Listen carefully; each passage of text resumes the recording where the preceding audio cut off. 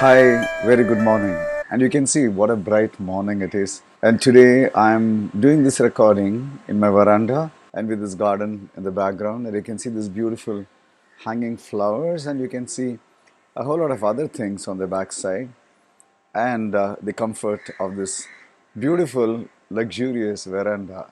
It strikes my mind that most of the time my video recordings I've been doing it sitting on my second floor in the office. Of course, there are beautiful spots over there where I sit and do.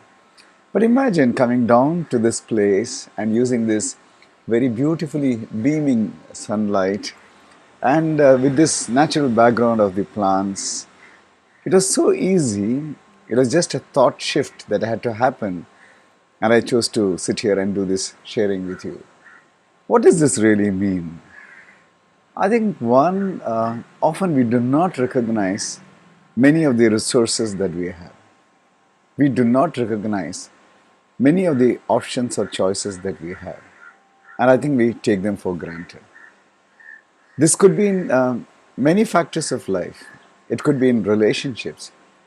It could be in terms of comforts. It could be in terms of facilities, especially about relationships. We are really looking for affection, attention, love, care. And it's quite likely that it is right around us, within the family, from the spouse, from the children. But for some strange reason, we assign importance to somebody else in life, a boss, maybe a team member, or somebody whose acknowledgement you're craving for in life.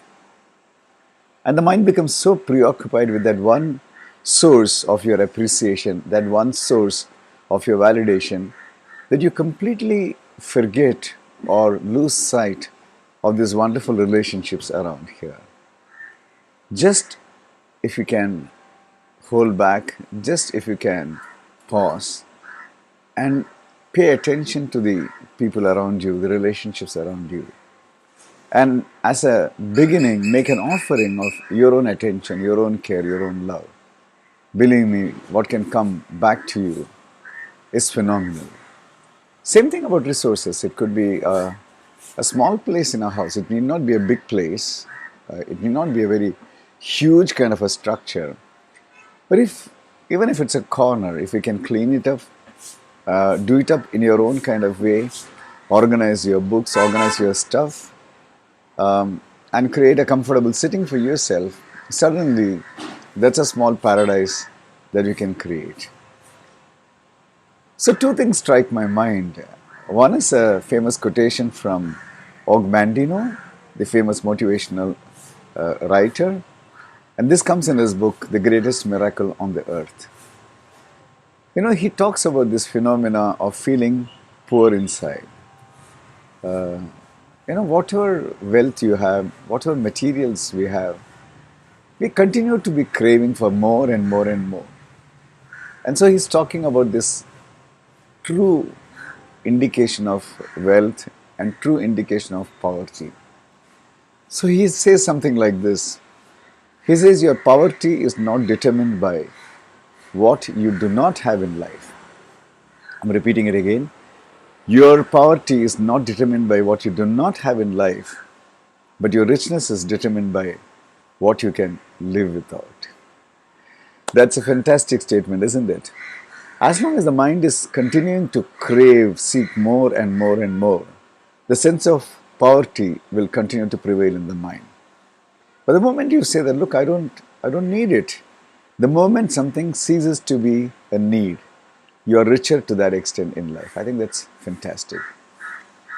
The second quote that comes to my mind is from my very dear, very respected, my demigod, Dr. Pauline Garg, who is my guru in the field of human behavior and understanding of the journey of life.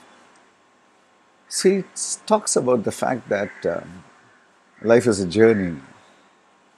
So he says the question is not what kind of a journey you are on to.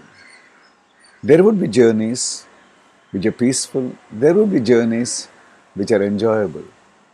There will also be journeys and voyages which will be stormy, which can almost look threatening, which can look devastating. But remember one very important thing. If you are afraid of the journey and don't choose to go out of the beachhead, out of the harbor, you will never use your full potential.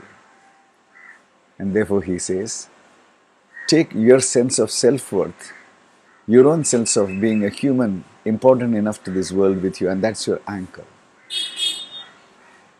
Have your anchor within, make your voyages, and wherever there can be a storm,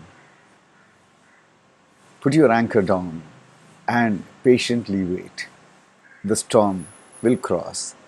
This will also pass. Carry your anchor and make your journey of life. I thought two beautiful quotations I'll share with you just for the joy of sharing. Just like the joy of sharing this space and these flowers, this beauty was on the top of my mind. I thought I'll also plant these two beautiful ideas in your mind. All the very best. Tons of love. Take care.